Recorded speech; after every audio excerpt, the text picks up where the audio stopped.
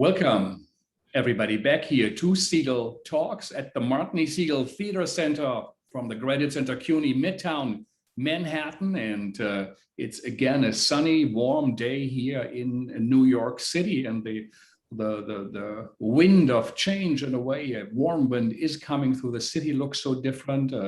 Still, we see very little of tourists, but the mood on the street seems to be so much better than when we started last March on the entire summer. So we have a feeling that perhaps the worst is behind us. And what we have talked about in this entire year is not only how do we experiencing it, what needs to change, what will happen after the time of Corona. Actually, at least to our impression, this time is starting now. In some parts of the world, it is not. It's very complicated. Latin American countries, Chile and many others, Brazil, Argentina, but especially India is hit so hard. And but we, and in Western Europe, it seems like the tides are turning. What really will happen, we don't know. We cannot seal the borders. Even if everybody would be vaccinated in the US, that would mean nobody would be allowed to come in.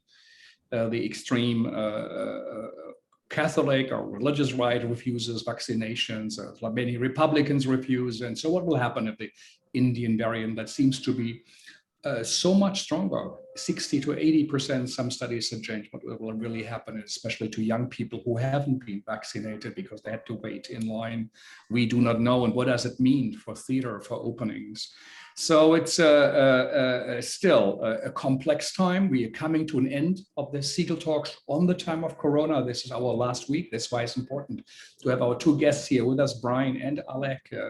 We think it is now also time to take action, to be part of the change. This is what we all talked about here. As a very end of our Segal Talks, we will do a 24-hour marathon online to support our colleagues in India who are up all night, collecting resources and connecting people, often from rural areas who only have phones and no internet, to hospitals, the few that are still working, where the doctors or nurses haven't died and where some oxygen left in the walls with enough pressure to really get pumped into the bodies. It's a disastrous, apocalyptic moment there.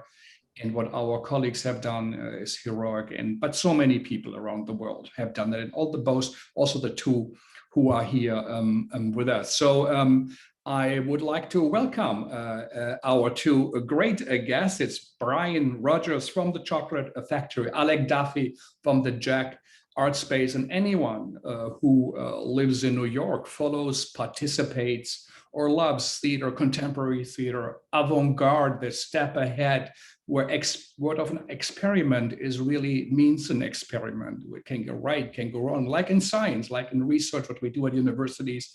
Those two guys have been leaders. They have created spaces and they run them. They have a vision, and in a very difficult and complex circumstances, they have been able to keep them alive. It's not easy in New York.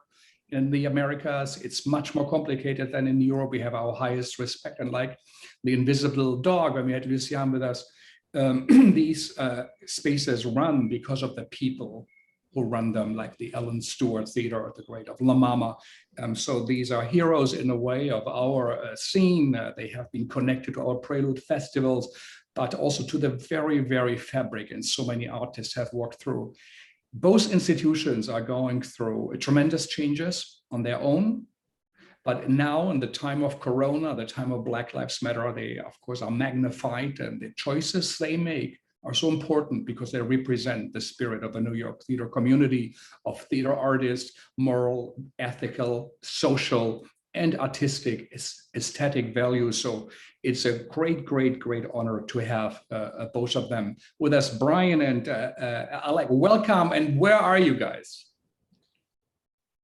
Alec, maybe you start. Oh, Brian, yeah, go ahead. Sorry, Alec. I'm sitting inside the future Chocolate Factory theater space in Long Island City, Queens. My goodness, no one has seen that yet. So you're living in the future. You're in the future at the moment. Can you show us a little bit? Is that a possibility, or is it? I mean, this is not the part of the building where artists will work. This is where all of our sort of backstage and It's quite a mess. We've literally just completed moving all of our stuff from the old space into the new space. We haven't had a chance to sort of really unpack and move in just yet, but we've managed to lug all of our stuff at least. So you did it over the weekend, or? Incredible. Speaking of change, huh? Alec, where are you? I'm in Catskill, New York, and my wife, Mimi, is a set designer. Yes. And so she's actually part of a dance residency here, a bubble. And so I'm up watching the kids while she's in there, although she's got them right now. So that's where I am, beautiful Catskill. Yeah, great, the great Mimi, yes. And she designed the shells behind you. As a set design. Oh, it was already there, I guess, right? But it looks very, very good. I said before, both of you look like captains in spaceships from the future. Let me tell our audiences who do not know so much about you. We have not only listeners from North and Latin America, but also from around the world. And not everybody is so familiar. To everybody know, these are the places that make New York, theaters that create work, but also host artists, create, commission new work. And instead of being a touring place, instead of creating commercial productions with the hope to have a return of the money, these are true theater makers in a sense of a mission and a vision to have a social impact, artistic impact, to give meaning to our lives, to also give a space for artists as a symbolic, a real and imaginary space, and to discuss ideas, that the society needs to look at. So these are most valuable spaces, like here Arts Center, also St. Anne's in a way, so many others. I'm sure I'm forgetting the National Black Theater and so many other places who do this, PS. But both of them are now here with us. So Alec is the founder and co-director of the Obie-winning Brooklyn Performance and Civic Space. Is a great thing. He calls it a civic space. Jack, with the mission of fueling experiments in arts and activism. So arts and activisms are the keywords here. Together with former Jack co-director Diara Wright, he conceived Reparations 365, a series that examines the topic of distributive justice for Black Americans, for performances, conversations, and workshops. Prior to founding Jack, he had a life that is, of course, closely connected, but he had the theater company Hoi Polloi, as many New Yorkers know and remember so well, with whom he has created many original works, including the well-known Three Pianos that won the Obie, and it's based on Schubert's Winterreise song cycle, and it was co-written and performed with Dave Malloy of The Great Comet and Rick Burkhardt. So he has a credential. We all are, of course, jealous, and everybody of us would like to have such a record to say, I created a space, I make a social artistic contribution, and I won an own Obie for my artistic work. Brian is a director, filmmaker, video and sound artist, and he is that truly. He creates work pieces. He's one of the few, also like Alex, who create artistic work, but also our arts administrators define a new profession in a way, this kind of hybrid form that has been a long time with theater, but they also run this in New York City, and this is quite a complex undertaking. He created the Chocolate Factor, which supports the creation of theater, dance, music, and multimedia performances. And that's very important, I think, his affinity to the new technologies who seem already like old now, some of them. When he started out, they were new, and he continues that with the really new emerging technology. And he has now a 5,000 square foot facility in Long Island City in Queens, very close to Manhattan, easy to get to. All the spaces, also the Jack spaces, so people who are visiting New York or in Manhattan, other places, just try to get out there. These are important and great places, fun to travel to, and you see different neighborhoods. Since 1997, Brian has conceived and directed numerous large-scale films and performances at the Chocolate Factory and elsewhere, including Screamers, which was at Abrons Arts Center, the Baryshnikov Arts Center, Hotbox, FIAF's Crossing the Line Festival, the Great COIL Festival, Vallejo Gantner created, EMPAC Center, and the Bessie-nominated Selective Memory. So both of them are what we call real. Their street credit is impeccable. They have been friends of the Segal Center, also connected to our Predator Festival. We really follow their work, we admire them, and they have given space to artists and encourage them to create new work, which is so rare and it's invaluable. So we heard just a tiny bit from Ryan, but maybe Alex, now from you, where are you? What's going on? We all wonder what's going on at Jack. What happened? Already a miracle that you could pay the high rents in the time when there were people that would make donations. You were in the trenches to make that happen. They were enormously high. But now what happened in Corona to Jack Art Space? Yeah, so it was a few months, I guess, after the pandemic hit, it became clear to us that our landlord was not going to offer us rent relief. I had lobbied for a couple months, and finally, after saying no so many times, it was clear that the landlord was not going to budge. How long were you in there? How long were you in there? We had actually moved to a new space, just opened it 6 months prior. So we had been in our original space for 7 years, and then I moved to this new space, built it out, and then had just opened it. So it was a relatively new relationship with the landlord. And it was at that time that that finally it became clear that he was not going to budge, that it became very dire for us.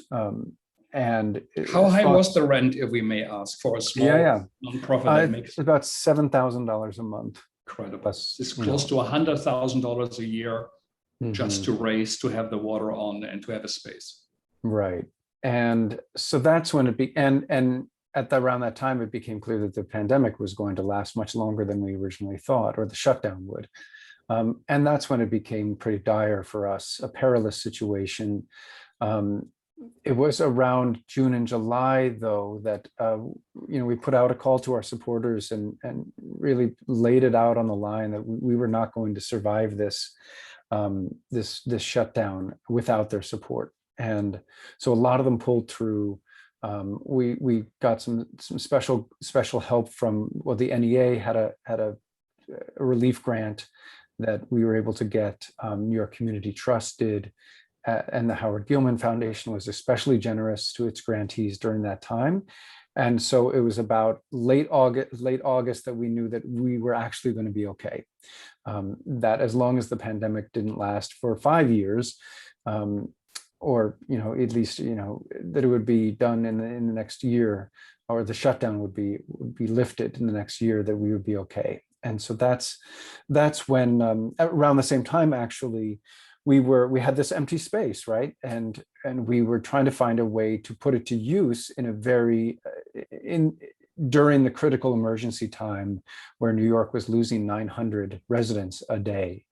And so we reached out to the city, offered our space for, testing, for emergency treatments, whatnot. We didn't get anywhere with that, but one of our board members is an activist, and she's actually a member of a mutual aid group who had just lost their space. This was actually in April, had just lost their space in Bushwick. And we quickly came to a realization that that would be a great way to use our space, would be to give it over to this mutual aid group as a food distribution hub.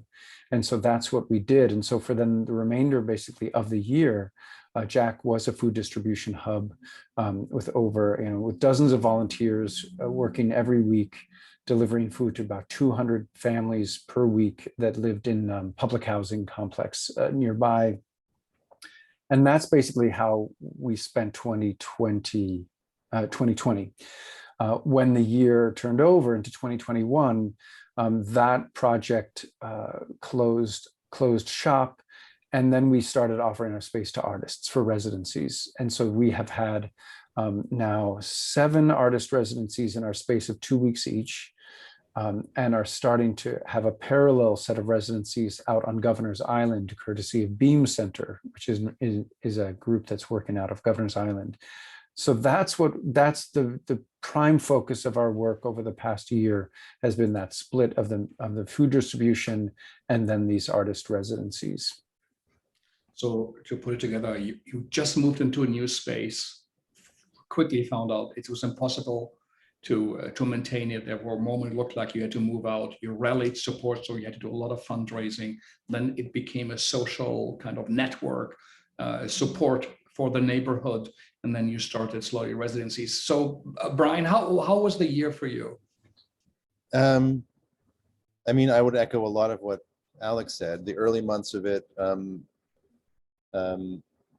were quite terrifying. I mean, outside of the state of the world at that time, and those terrors, it was really unclear to us how he would make it through. I mean, the short term, the timing of all of it was such that we were forced to cancel well over half of our season.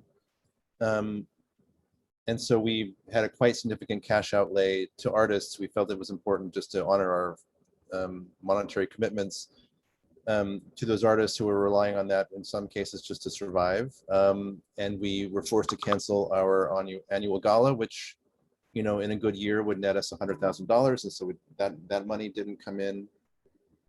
And we were also in a very strange moment. So we're in this period of sort of slow rolling transition. Where you're seeing me now is a building, a 7,500 square foot building that we own, that the city of New York helped us to purchase a couple of years ago, and we've been sort of planning to renovate this building and then have a sort of smooth transition from our current rented space into this space.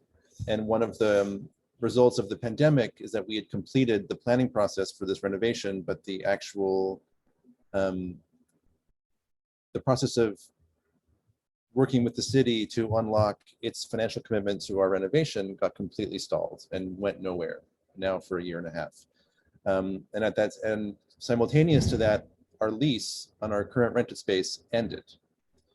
And we were able to negotiate with our landlord a modest rent reduction, but he also did not agree to renew our lease. So we went on to a month-to-month rent relationship. And we weren't really able to do much with the space. So we were paying rent month to month, not knowing if we would be able to stay there, and not making a whole lot of use of it. And so we sort of gradually came to the conclusion that it just made sense for us to move into this building that we own this anyway. And so we embarked on a very low budget DIY fix up of it just to make it safe to occupy, and made the decision to move. So we will be fully in here as of July 1st. But to Alec's point, we really survived due to the generosity of some private funders. The Gilman Foundation in particular, and the New York Community Trust, all of these various emergency grants and the funders who just augmented their annual general operating support is what helped us to, and the PPP loan that is what enabled us to survive through this, honestly. And then there's also just the logistical problem and the trauma that all of the artists have experienced, all those works that were canceled and couldn't happen, that we now need to figure out if we can find money to pay them a second time to actually make these works and show them, combined with the commitments that I've, and I don't know sort of what timeline I think the situation is probably not that different, Alec, but we make commitments to artists often quite far in advance. And so each postponement or cancellation is just sort of it just augments, it makes the problem larger because, I had made commitments to artists at this point through 2024. And so if I'm pushing something back, everything's being pushed back. And as an organization we're still a quite small organization to do all the money piece of this is just an incredible challenge, and how to navigate all of that and support all of these works that I had promised to support is an interesting problem to solve that I haven't actually figured out how to solve, but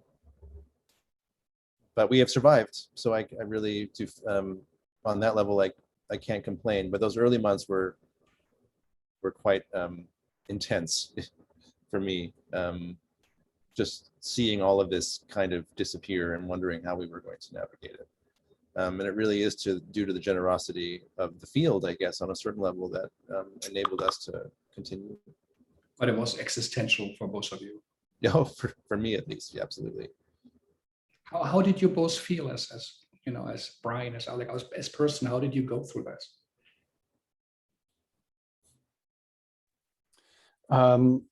I'll start. So we have toddler twins, and a lot of the focus was just on being able to take care of them. They had been in daycare before then, but then, you know, that shut down. So Mimi and my hands were really full with them for that first year, basically, of the shutdown. So it's even hard to just be able to grab a couple of hours for work during the day. That was exhausting. And, you know, as a father, just this was not how it was supposed to be, right? The way that you think about it, or in terms of how to handle, how to balance your career, your work, and the raising of your children.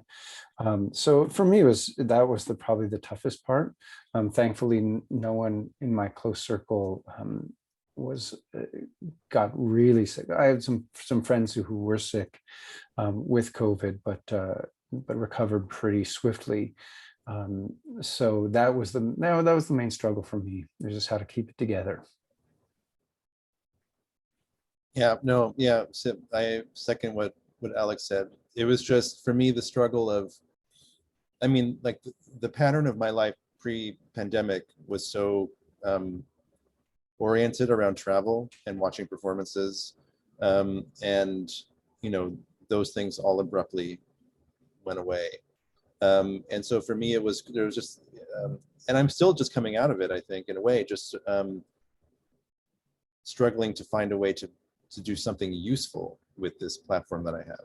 This thing, I mean, and not, I mean, so trying to make sure that, trying to keep my organization alive and do something useful for the community that I'm attached to. And we did find some ways to support artist work with residencies, but that was incredibly stressful because the conditions under which that could happen were unknown for a long time and then constantly changing and quite logistically challenging. But we did manage to do some of those things. But I think I just felt quite disassociated from my own utility as an arts worker in this context, because it's so hard. It was so hard for me to understand what I could do that would be helpful or of use to the field or add some value to the world. And so, yeah, it just kind of, I think I spent months just feeling as if I was watching a movie of my own life sort of move past. And it's been quite interesting to sort of emerge out of it with the speed at which it seems to be happening. You know, it felt like we were sort of parked in the station, and then all of a sudden in May, they put on the gas. So it's like, we're open again, we can do this, and sort of jumping back and trying to then navigate with artists their own existential crises that they've experienced, and this notion that we should now return to a world of making and showing work. And I think there's, and I may, forgive me if I'm going on too long, but I think one of the really the challenges of this moment, or opportunities of this moment, is that I think we, as a community, we're able to recognize during this last year that there are structural things about how we work that were not serving us and really need to change. And now that we're, I think, on a kind of fast-moving train toward reopening, I think there's a fear that we're just going to rush back to the way things were before. And speaking for myself, I think that I need to work differently. I think my organization and me personally need to work differently in the next phase of this.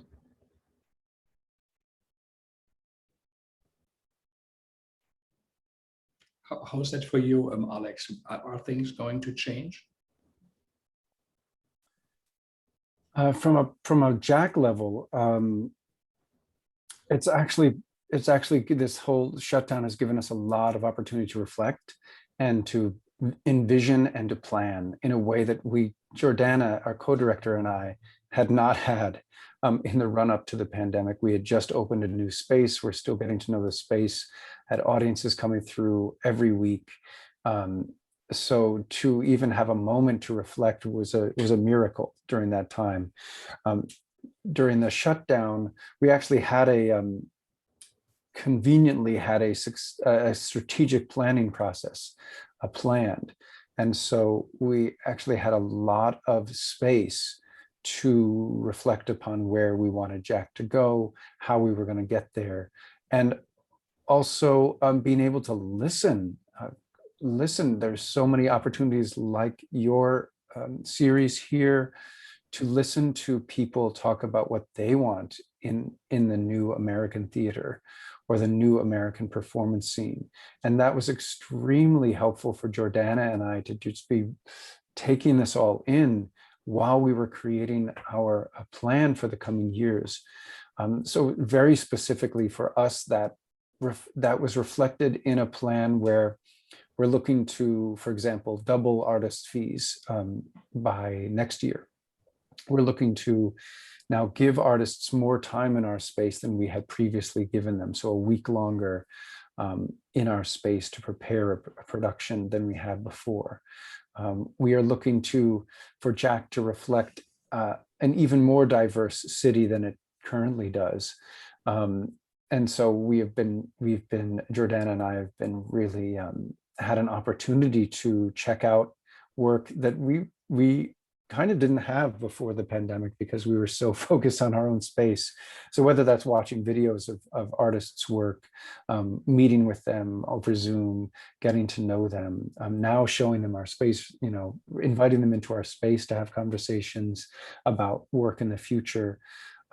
We've been thinking about accessibility, really inspired by people at other theaters talking about what radical accessibility could look like, where someone who's disabled doesn't have to doesn't have to fit into whatever specific date the accessible performance is, but just can expect it when they go to your theater, that there's going to be ASL interpretation, that there's going to be open captioning, that there's going to be audio description available. That is a vision for us. It's not currently reality. It won't be reality this year, but there's been an opportunity to say that's what we want, and to also be looking at other organizations and seeing what they've been doing and being inspired by them.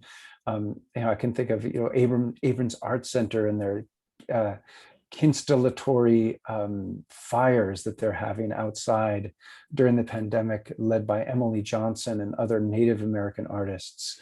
Really inspired by that connection between Indigenous work and arts presenters, and we're looking we've already started those conversations so that we can start doing that in the future. So for us, it's been a time of awakening. A time of really taking a deep breath, seeing what we want to be, and trying to step into that as intentionally as possible over the next couple of years.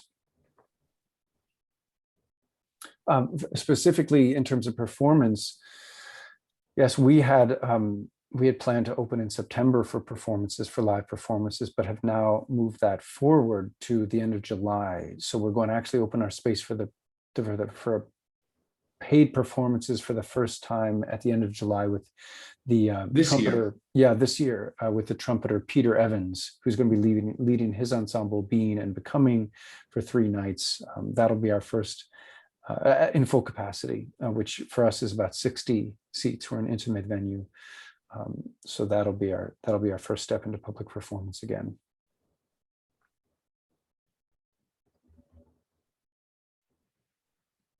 Ryan, what do you think, what was wrong before? What has to change, and what could really change? I mean, I think it mirrors the conditions of other fields, just the way in which labor is valued, the way the contractual or just the power dynamics in relationships between independent artists and presenting institutions, the the power dynamics between performers and directors and choreographers. There's, I mean, as I mentioned briefly before this Zoom began, I was part of a group, a small part of a large group that Emily Johnson was one of the sort of chief organizers of in the beginning, called Creating New Futures, that came up in response to the sort of generally terrible response of some large institutions to its artist commitments in the early days of the pandemic, and really drawing a lot of attention to the way in which this field operates, and the culture of scarcity, and the way in which this work is often made on the backs of young artists who do this work for little or no money often.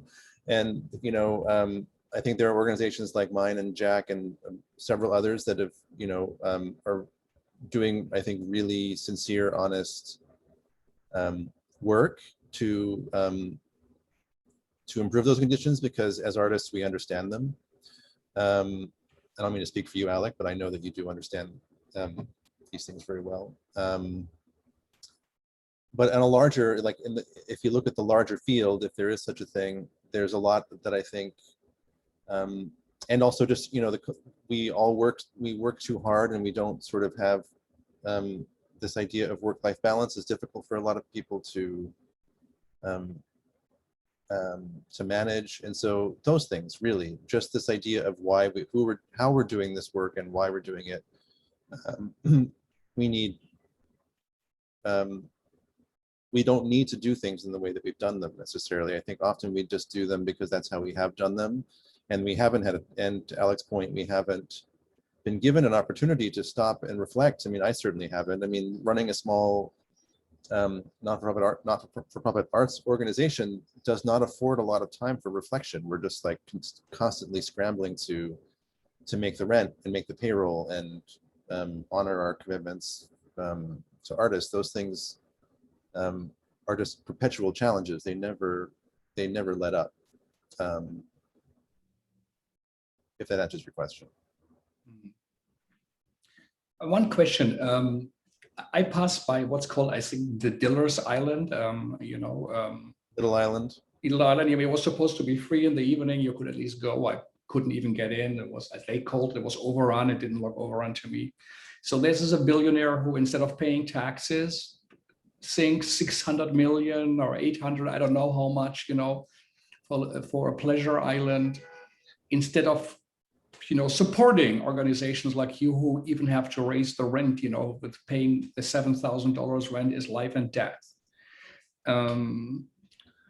How do you feel about this? I mean, I know you got help from this organization, but how do you feel about the city of New York? How do you feel about making art? How is the atmosphere for you guys? What do you think of, big places like Lincoln Center being closed, but being fully paid, but not doing the work Alex did, or you? Famously, the Met Opera hasn't paid singers, since March. Some theaters we hear even ask commission money back from playwrights who had started working, because we're not going to do the play. So what goes through your mind in all of this? Alec, you start. Oh yeah, it's I don't know. I've learned to just. It's sorry. It's a little bit tricky. I've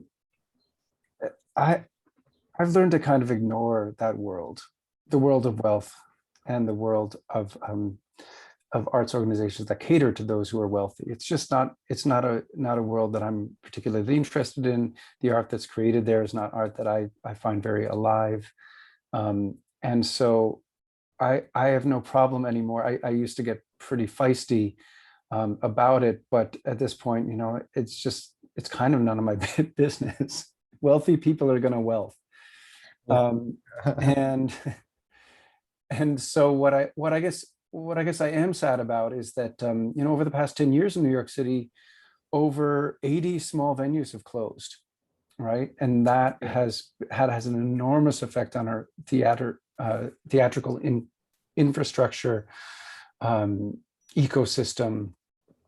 Artists no longer have these small places where they can experience. There aren't enough of them to fill the demand from artists of places to experiment, to try stuff out, to develop your voice, to develop your audience. There are now just a few of us as venues that support emerging experimental early career artists, and that just changes the city. Right? It just, it's a confluence of that. And also, of course, the rents have gone up for renters in the city, enough so that we know that a lot of artists have left New York over the past 10, 20 years. So it is not the place that I landed 20 years ago. It doesn't have the same energy.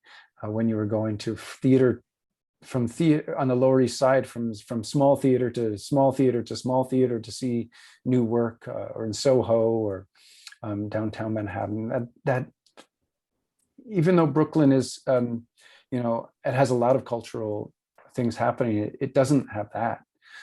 It doesn't have 20 small theaters that you can kind of hop to check out work, like Lower Manhattan used to. And so that development is really sad.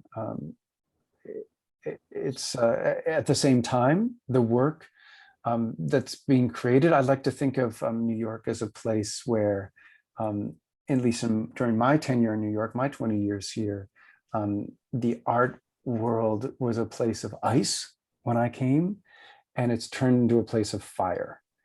I feel like a lot of the work when I first arrived in New York, the work that was getting attention, that was exciting to me as well, was quite cold in its aesthetic, quite cold in its approach, removed, not a lot of passion, but a lot of cool technicality and ideas and concepts, which excited me, certainly as an artist. Right now, I feel like it's a time of fire. I feel like the art that I'm seeing as a presenter, that I'm excited about, is art that has a lot to say, that is addressing the fact that this city is not the city that we all want to be living in. The fact that this society is not the city that we all feel welcome in. And incorporating that in still very creative and imaginative ways into compelling performance.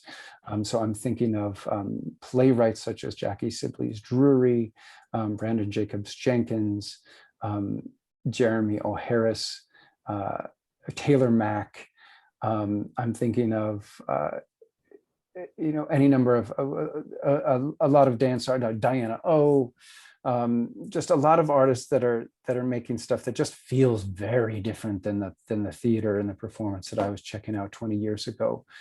So that also feels exciting. I don't want to paint a picture of New York, a decline in the arts scene. There's a decline in the structure of the arts in New York City, I feel like. Due to the unaffordability of New York right now for a lot of people, but yet artists will prevail. They are creating work that is relevant, that is inspiring, that is exciting, and so it remains a place where one can really steep oneself in great artists and great artistry. Yeah, I totally agree with what Alec is saying. I think artists will always find a way. I'm also quite nostalgic for the version of New York that I felt was available to me when I came here, in the mid 90s. I just have these memories of Ludlow Street and on a single block there were 4 performance venues. It's the first place that I saw Elevated Repair Service perform. The first place I saw Target Margin Theater perform, a bunch of many other things. And I was here for that first wave of shift, like right, in the early 2000s, right after 9/11, I guess, something around there, where those venues sort of all disappeared overnight. But then there was a second emergence in the outer boroughs that felt very exciting to me. And I think that this is partially the story of New York, is that it's continually changing, and that nothing can really stay the same for very long in a way. But, and Alec said this already, there was, at least in my experience of New York, there was for years, and I think even more before my time here, it was somehow possible in New York for artists to find DIY spaces and afford them, and they may not last for a very long time, but if they disappeared, something else would spring up in its place, in this sort of really informal community or network of sort of underground venues felt very healthy, and that started to disappear in the last 10 years for sure. And like Alec, I don't have, we're not, the Chocolate Factory is not an organization that has much of an entree to wealth. I think I have a pretty clear understanding of how large institutions relate to wealth. I do think maybe on a public policy level, I would have some strong criticism of where the city has chosen to, heavily invest in places like the Shed. One could ask the question of whether does the city need the Shed? And what do you guys think about the Shed? Yeah, let's talk about it. I don't want to talk poorly of any people, and there are people that work at the Shed who I actually admire, but then I think, I just don't think the city needs something like that. The city needs other kinds of things. The city already has plenty of spaces that fill that purpose. And I think this just in response to your comment about Little Island, I think there is just sometimes a kind of vanity or ego in this notion that we need to build something new that'll be better than the thing that was there before, when the thing that was there before was actually feeding into the economy of the city and the economy of the performing arts field, actually generating the work and the ideas that are needed for larger and more commercial spaces. Spaces like Jack are really important to New York City because so many ideas are created there that find their way into the mainstream. I'm not saying that that's what you're there to do, Alec, but I think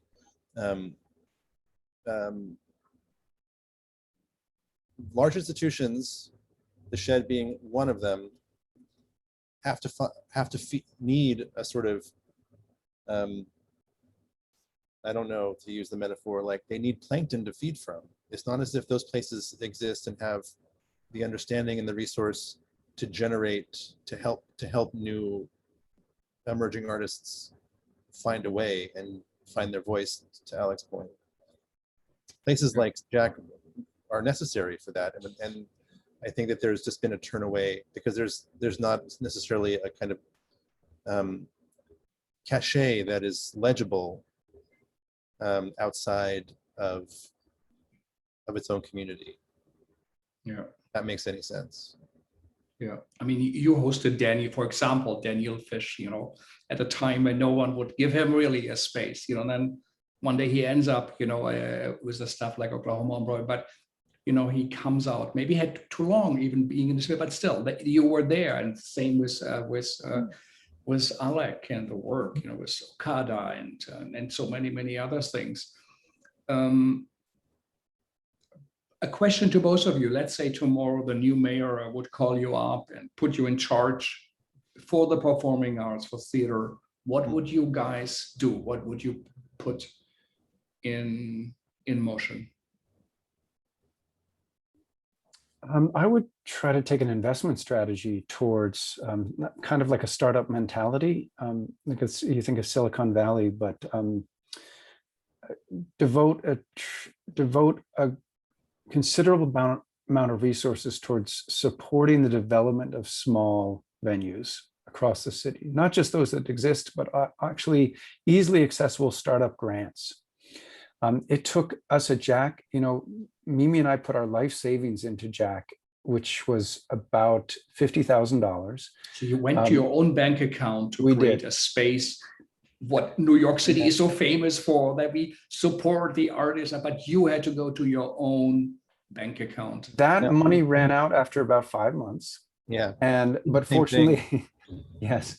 Fortunately, we had enough activity at that point to bring in enough box office income. Our rent was much lower at that point because it scales up over time.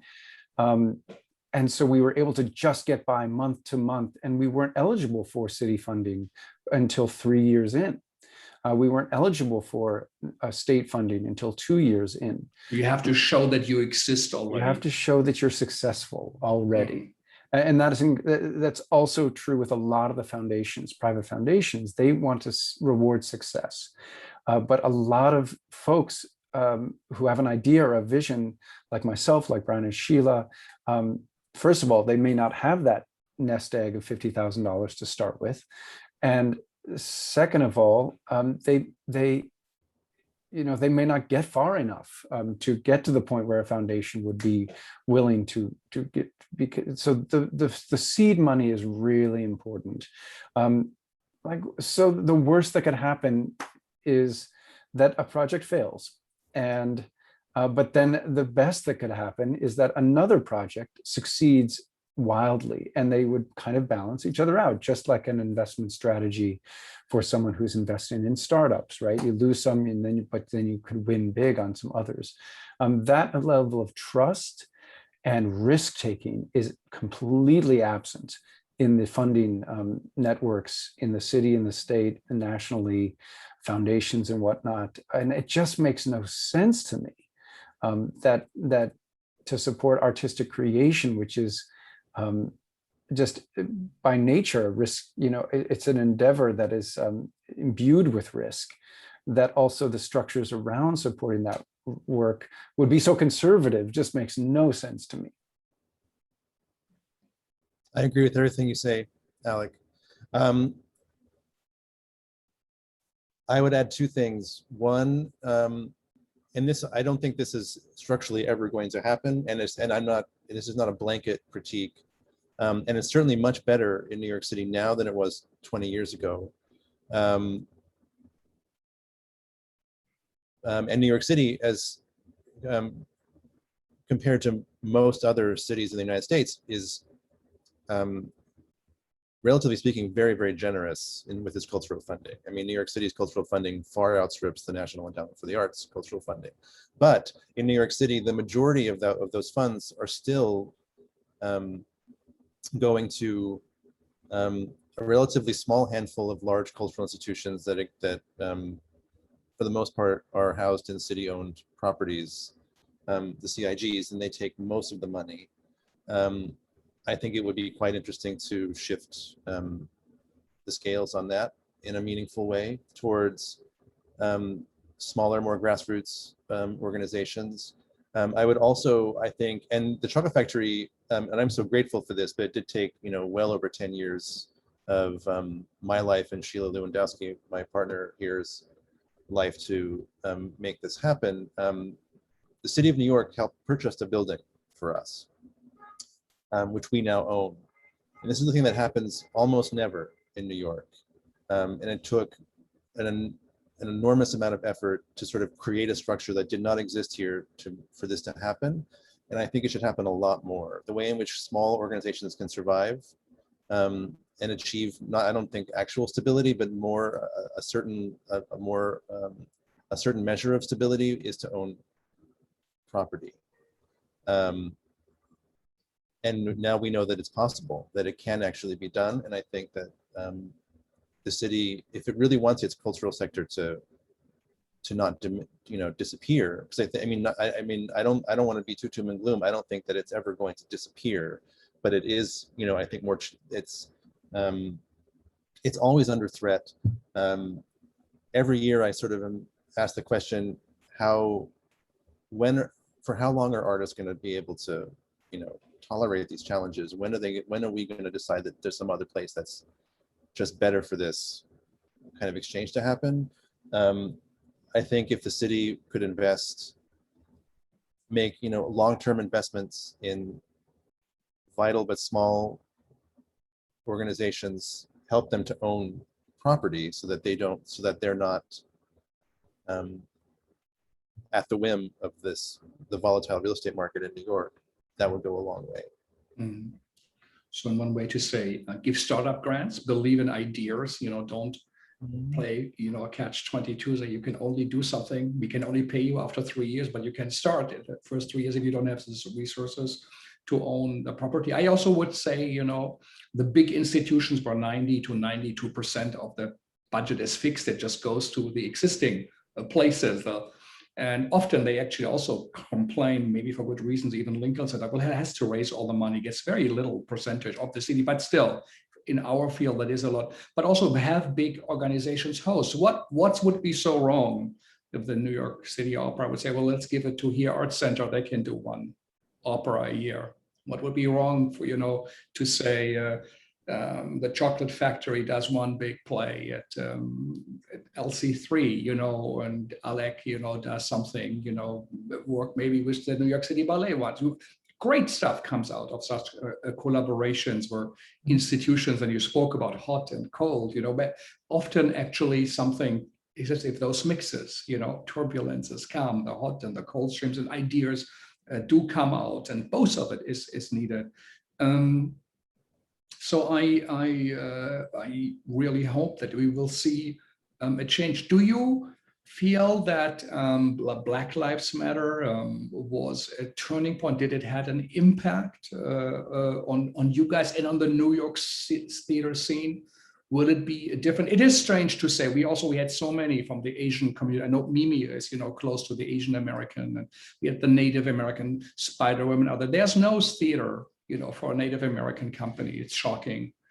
There's no Yiddish theater, which was so big and has influenced so much. There's one in Romania even, but not in New York City. We at the Segal hosted the Caribbean, Playwrights Festival. Nobody had ever, which we didn't know at the time, put together different countries hosted a reading series for Caribbean, and they are the largest, if I understand, immigrant group, if you include Jamaica. There's nothing out there. And what would really happen if there would be startup brands for them, say, go and do a theater in all the 5 boroughs. And as you also point out, it's not about so much money. You don't have to, it's not right away 600 million or 800 million like a Diller's Island. Small things help. That it's even thinkable for it. But do you think that pressure that movement created was it serious? Will there be changes, or was it lip service? How is it for you guys? You have been champions all along anyway, but what do you think of the larger theme? How serious is that change going to be?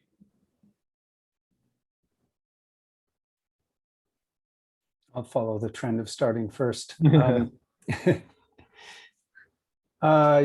Yes, I mean it's there cannot not be a change. The force with which this reckoning has come for the American theater, I'll speak specifically, over the past year, is something that's inescapable, and there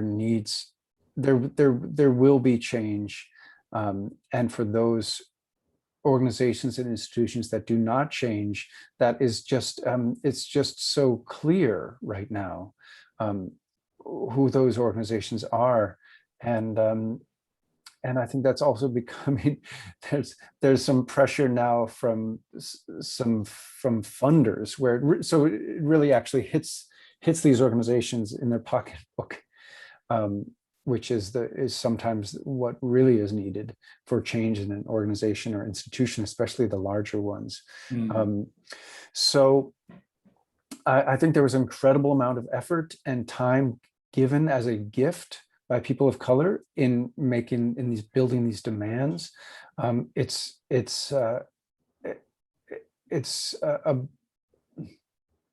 a blessing that we have an opportunity to be able to read and digest as white arts administrators and whatnot, to actually read and digest these demands and these demands for change, and then the pressure remains, right? Those demands came out, that we see white American theater demands came out, I would say about a year ago, maybe a little bit less. But there are protests in Philadelphia right now against one of the larger theaters there, the Walnut Street Theater, of which I don't know much. I don't know much about that theater, but I know there are actual physical protests related to these kinds of demands for inclusivity, for pay, and equity within the organization. So you see that happening. It hasn't gone away, for sure. I think that was the fear a year ago, that maybe this would be a passing moment, but it doesn't seem like that to me, because especially you have funders really paying attention to those protests and actually creating, putting a lot of money into people of color-led organizations right now, building programs and initiatives around supporting artists of color, whether they be straight up grants or residencies and whatnot. And you see program scheduling for organizations which are releasing their fall schedules, programming, that really shifting. I see leadership hires, a lot of new leadership hires around the country, a lot of people of color stepping into leadership roles at organizations for the first time.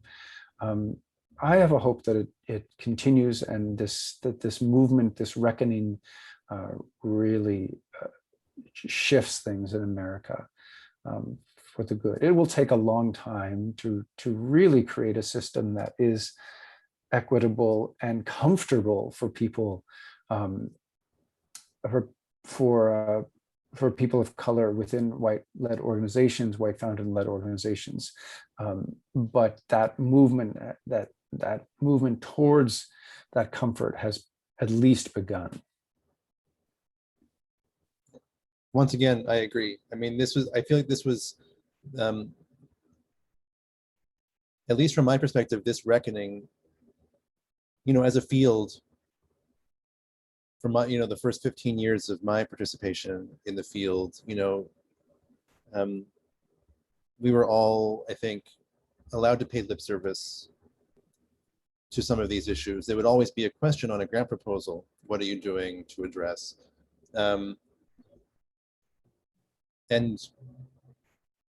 But there weren't necessarily consequences to giving a non-answer, or a sort of, a really not showing real progress on that. And that really did shift, but pre-pandemic. And I think, and it's only been amplified since. And, it's literally, for my board at the Chocolate Factory, it's possibly the thing that we spend the most time working on, is how to change the makeup of our board, to really change it, not just to, there's this, I don't know how to really articulate this well. There's the question of who the people are that make up a staff or a board or an artistic program. And then there's also the structural issue of how organizations function. And there's, white supremacy is baked into those structures, and how, and even persons of color in positions inside organizations that function in this way can feel the pressure to behave, to operate within structures that are really white supremacist to their core. And it's like, how can those things change? But no, but I think that it's hard for me to, I have hope, like Alec, I have hope that this is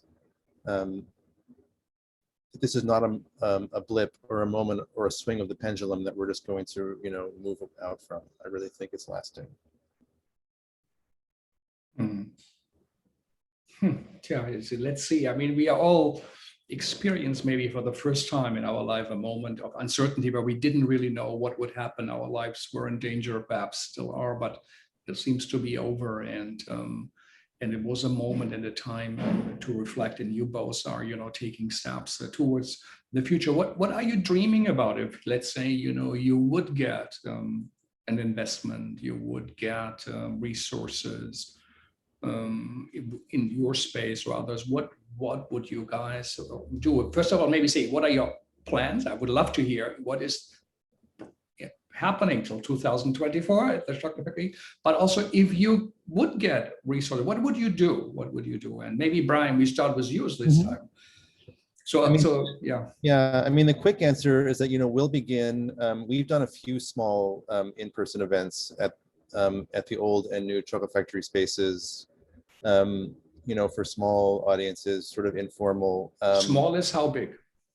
Well, presently, we were doing them for fewer than 30 people. I think that we will, starting in the fall, I think our first public event will be the first weekend of October.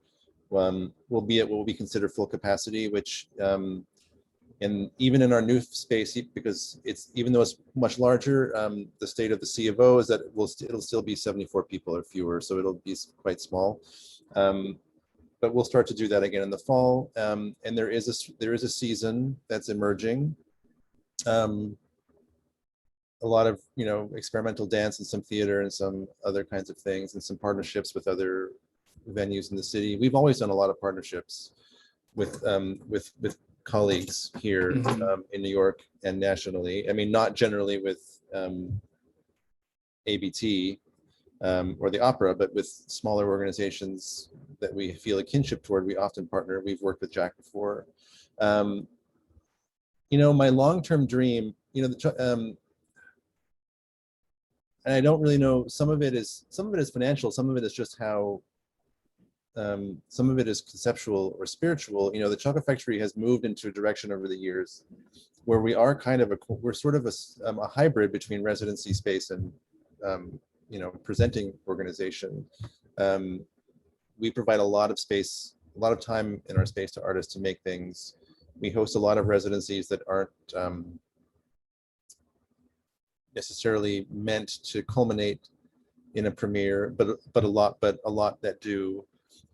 We've made the shift in the last year and a half toward, and it's been really quite it's immensely challenging, but I think it's a good thing to be doing. We've started to pay each individual person who works on a project in our space. So a director, choreographer, lighting designer, performer, technician, an hourly wage for each hour that they work in our space. Which increased our budget by 40% just to do that in the last year. We received funding to support this, and I don't know if how it will continue or in what way. But I would like to expand that because it's still not nearly enough. I would like to expand that. I would like to make our commitment, and there are other organizations that do versions of this. I mean, here Art Center does versions of this, but I would like to, when we talk to an artist about a commission, I would love for that to be a much more long-term commitment to say, okay, well, we'll work with you for 4 years, and each year we're going to pay you to do and to sort of and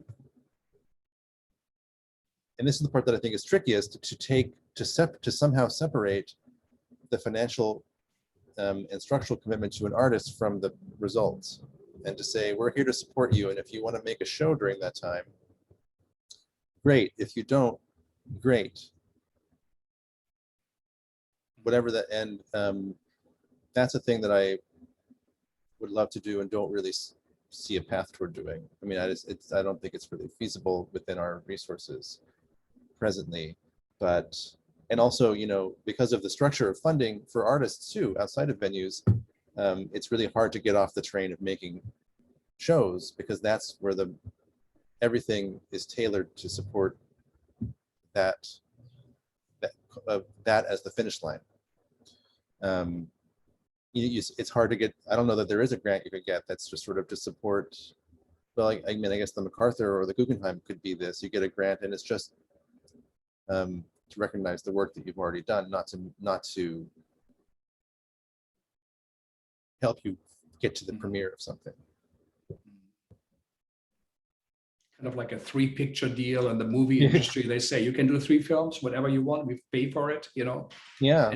And you can create something, and 2 of them can be bad, and 1 has to be great, basically, Yeah. And well, I mean, and to your earlier point, Alec, that's that's something that I think in venture capital in the startup world is, or in Hollywood, yes, people have these deals where it's just like, we just want, we're going to pay you, and you're just going to show us your ideas, and we may or may not do anything with them, but you're going to get money out of this.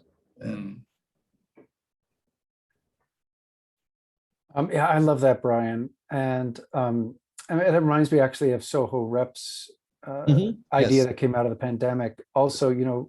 really something that, as we're looking at ways that arts organizations have been able to reflect during this pandemic and come up with new ideas, this is one of the coolest, I felt like, which is this project number 1 they're calling, which is, I think they have select a certain number of artists, a cohort of like 9 or 10 artists, and pay them a salary for the year or multiple years.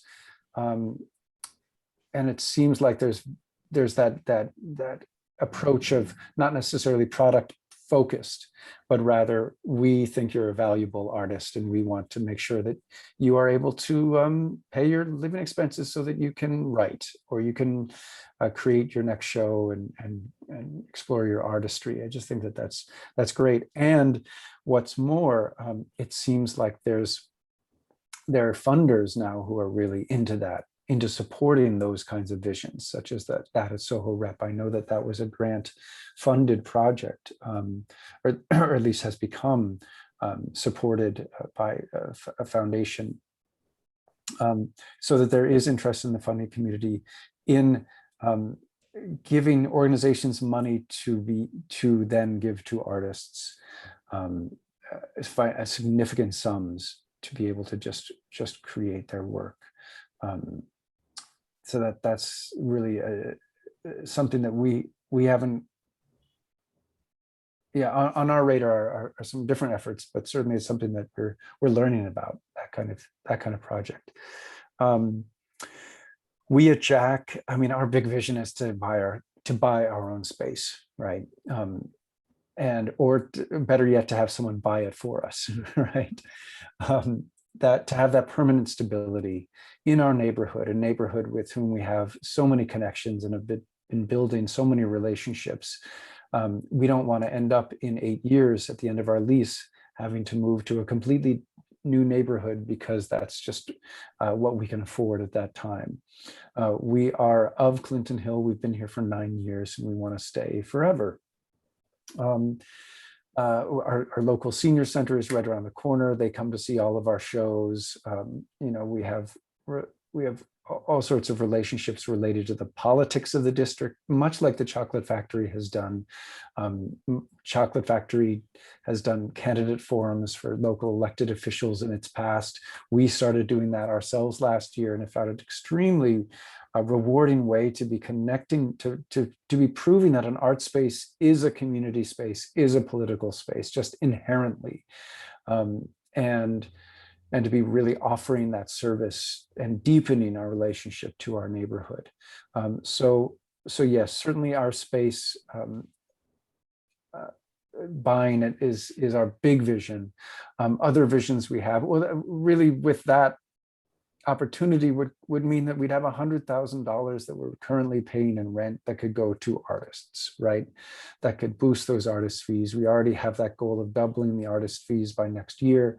But really, it's still not enough. We're not paying the artists a living wage by any means at this point, even if our modest artist fees are doubled. So how can we pay them a living? What would that look like?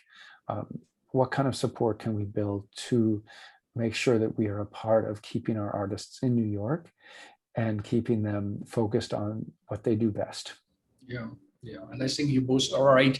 Your space are civic spaces. They are social spaces. They are community places where ideas get exchanged. People see themselves on their or that part of their life on a stage, or they see new technology and get comfortable with the moment we live in, with the future, where this will be part of us. You try to create meaning, and while you try to do, you actually do create meaning, and because it's open and it's of significance to have a real engagement. And going back, I haven't been on that other island, but what comes to mind is that art, I think they said, oh, we're also going to do performances, but it's going to be like on the court of Louis XIV in Versailles, where artists are kind of acrobats and, do, fancy ballet dances, as a decorative element, of a celebration.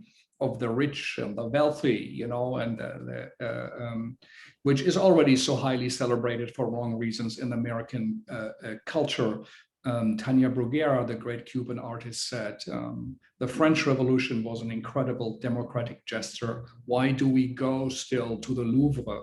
Why do we go to the palaces? Why do we go to the big state opera houses? You know, we can also go, that is true, but why not in the homes of the people, of the workers? Why not in the neighborhoods like Clinton Hill, or, you know, where Brian is, and why not take, you know, interest in the lives of, for the people, by the people, with the people? That is our democratic mission. And I think you both do that, as so many others. And I wanted to have you on here earlier, and I'm, of course, you know, happy to have you with us, but it is quite, you know, of significance, you know, what you do, and you make the city breathe and work. And it shouldn't be so complicated. It should not be so hard. It would mean very little to people with real financial means to support this, instead of creating their own, or to redistribute some of the wealth to make the city a greater place, to create an atmosphere, as you both said, when you walk through Ludlow Street, you know. So, and the great memories of great atmospheres, whether it was Paris, Berlin, Vienna, is in paintings, it's in poetry, it's in performances, in scores. You know, they were just able, the artists, to note it down, but what inspired it was an atmosphere, and this has to be real. It cannot be manufactured by just the successful people. Well, it has to be a real engagement, and we have a right to access of art, to access of education, the access to healthcare, access to politics. And so you're doing really a very significant work. As the last question or comment, I mean, there's this old joke in Berlin: two artists meet, and what do they talk about? You know, they talk about money, financials, and then, you know, the finance guys meet, what do they talk about? Like art and the opera and Miami, Basel, or whatever, you know. So, but you guys are great artists. You take such care also of artists. We just had Sybil Kempson with that, and she said, actually, well, if I really could do what I want to do Wagner's Ring Cycle, which might be an idea for the chocolate factory. Yeah. I don't know how that would be possible, but who knows. But what are your artistic ideas also? That you, what would you, are there projects you dream of? What would you guys like to do?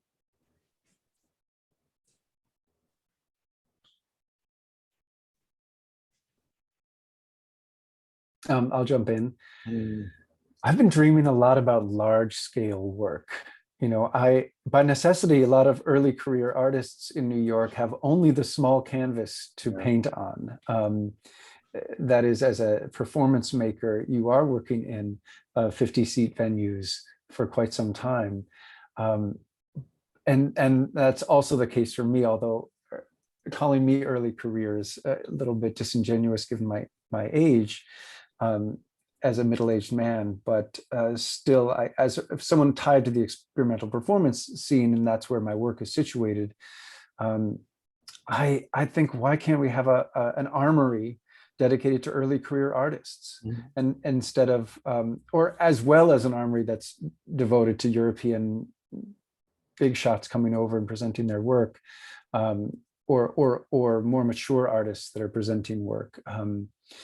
I would love to see what so many like Zachary Ty Richardson would do with a 20,000 square foot space. Justin Allen, what Justin Hicks, the Hot Plates. What would writing for that kind of space look like for a playwright, for such a large scale? For me personally, I'm a theater director, often create work from scratch with my ensemble. I'm just so curious what my work would look like in such a space. I have so many visions of different things that I would do in an armory style space. So that's one thing that's on my mind. Obviously, a little bit unrelated to being at Jack, because Jack remains an intimate space. But it's something that we're starting to think about. Oh, is there a connection that Jack can make, a partnership with a larger space, either in New York City or beyond, where artists could be in residence in both spaces, or just once, or just the larger space, but have it be a Jack co-production. something like that. I've been talking with Raja Feather Kelly also about that. He also aches, the choreographer aches for that kind of large canvas to work on. Yeah, that's my contribution. Yeah, totally. I mean, I think my comment would be sort of related. I mean, this is, and it's sort of, it applies to my own work and to the work of artists I'm interested in and trying to support. You know, I've made this sort of shift into filmmaking in the last handful of years, and I made a feature film that came out in 2018 that was, you know, made on a downtown theater show budget. So it was made very, very quickly for very little money. And I want, personally, I want to make more films. And I found it quite challenging to just even enter the world, the quote unquote film world, and find opportunities there, because these disciplines, I think now in some ways more than in the past, are sort of distinct universes from each other. And I think that one of the things that was a really important principle for me starting the Chocolate Factory, and it's something that I have nostalgia for, even though I wasn't around, like this notion when you hear certain artists who are maybe in their 80s now, who were part of the downtown scene in the 60s and 70s, talked about how fluid his disciplines were. And, you know, poets would hang out with painters and would hang out with dancers, and there was like a kind of cross-pollination happening there that, I mean, obviously it doesn't not happen at all, but it doesn't, I don't see it happening enough in my world anyway, partially because we're so busy and each of our worlds are so rich already. So if you want to keep track of the downtown experimental dance scene, that could occupy every night of your week and leave no room for anything else. And I know that's even more true for theater. And but I think I would love to see more fluidity between those worlds, and more ease of trafficking between them for artists, which I think is totally related to the notion of scale that you brought up, Alec. This idea that of having to be of a certain stature or accomplishments to have access to the grand scale of things is it's just a strange construct to me. Like, why is it even? It makes no sense. Yeah. Yeah.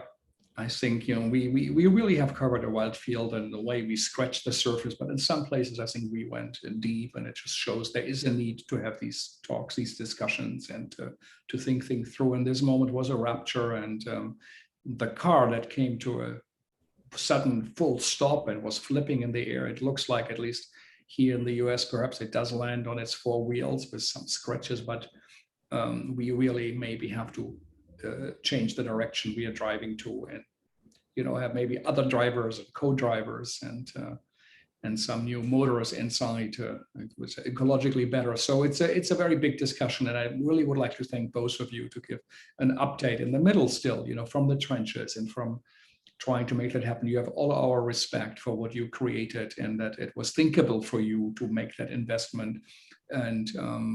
And many people, of course, to say, well, you know, they had an access, at least they had something, you know, but many people have that. And actually much, much, much more, and they didn't do it. And what you guys created over years and times, over a decade, is a model for many others to be looked at. It's also working, it's successful, and it makes a real contribution. So really, all our respect and thanks for what you do. You are, you know, as one says, they are the golden cathedrals in Rome, and they think they're close to God, and there are some little wooden churches in Finland or Scandinavia or wherever but who is really closer, you know, to that idea? And I think your spaces are close to the gods of the theater, and I think you're also blessed because of that, in your lives and with the contribution you do. And please do go on and we hope to stay in contact, and perhaps, we would like to try to create some kind of an international festival in New York City if it comes in the summer in 2 years from now to be a host. These would be places we would be thinking of, and maybe we can collaborate on that. It would be a great thing to also show that you have to be very local, but also global. And I think both of you guys did that. They're really, thank you again for everything you have done. We're coming to an end today, and to an end of the Segal Talks. Tomorrow, formally, will be the last one. We have Francesc Casadeiros Calvo from Barcelona, a very significant festival, Greco in Barcelona, one of the great European theaters, festivals. Joe Melillo pointed at us towards them, say, this is interesting what they're doing, we should know about it. What does that mean, a festival for a city? And how maybe can we bring that atmosphere and spirit also back to New York? And we will see, who knows, in 5 or 10 years from now, how things will look like. And we are hopeful, but it's a serious time. And also, we cannot screw this up. It has to be a better new world we're entering now. And I hope that this will be in the case. So thank you for spending the time. Thanks for Halron for hosting us today, but also since last March, as incredible commitment they showed towards this idea, so to us, and it has made a real contribution. Thank you for all listeners. I know so many listening, and to know that you guys once in a while listen, it means so much to me and to all of us here at the Segal Center, because this is the best we can hope for. So thank you, and stay safe. And I hope to see you soon and come to your performances, and we have a beer together. Congratulations on everything. And to our listeners, stay safe. Tune in tomorrow, and then hopefully in July around 21st, most probably we're going to do a 24-hour saying thank you to all the theater artists globally who took care of communities like both of you guys, and highlighting the situation in India, which Abhishek Majumdar says it is actually almost state organized murder, and what is happening there. And the Indian government and India itself also should make aware that the world is watching, and he asked for help. They are every night, they are out there, and I think it's quite exemplary what they are doing. So I hope you both also can join us and read something and talk with some Indian artists, and to show our compassion. So thank you all, and goodbye. Thank you. Thank you. Bye-bye. Bye.